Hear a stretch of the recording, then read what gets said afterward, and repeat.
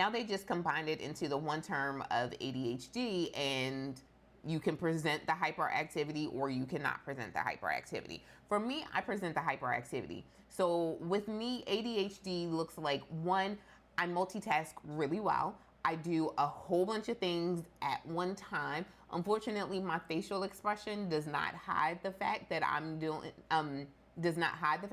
multiple things. So it's very clear that my immediate attention isn't focused on any one thing, but I'm able to do things so much better. And I'll explain that in a second.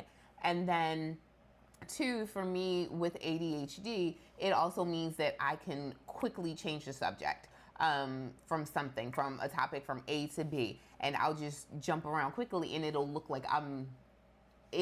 a little bit spacey on my part. It'll look like I'm not really coherent in what I'm thinking about. But the reality is that's just my disability presenting itself. It is a diagnosable disability, DSM-5 manual, and everything like that. As an educator, it is something that I see very often in the classroom, and it presents differently with every student that I see. But for me, it means that I multitask really well. It means that I am always hyped up on energy. It means that stimulants put me to sleep. It also means that I do well when I have a lot of things on my plate at one time. Now, to be clear, you have been diagnosed with it. I have been diagnosed with ADHD, yes. The reason why I ask you that, too often I hear people use the excuse of ADHD, but then when you ask them, oh, when did you get diagnosed?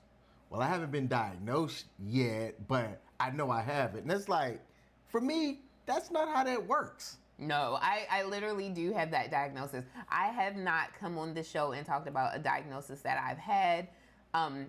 Any type of disease, or not disease, but disability or disorder that I have not actually been diagnosed with. So I have been diagnosed with ADHD.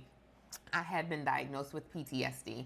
I have been diagnosed with depression, anxiety, and all those other things. But specifically, my ADHD is the reason why when I was still in grad school, I was able to get a medical coding that if I needed extra time for tests and stuff like that, I could get that because I do have ADHD.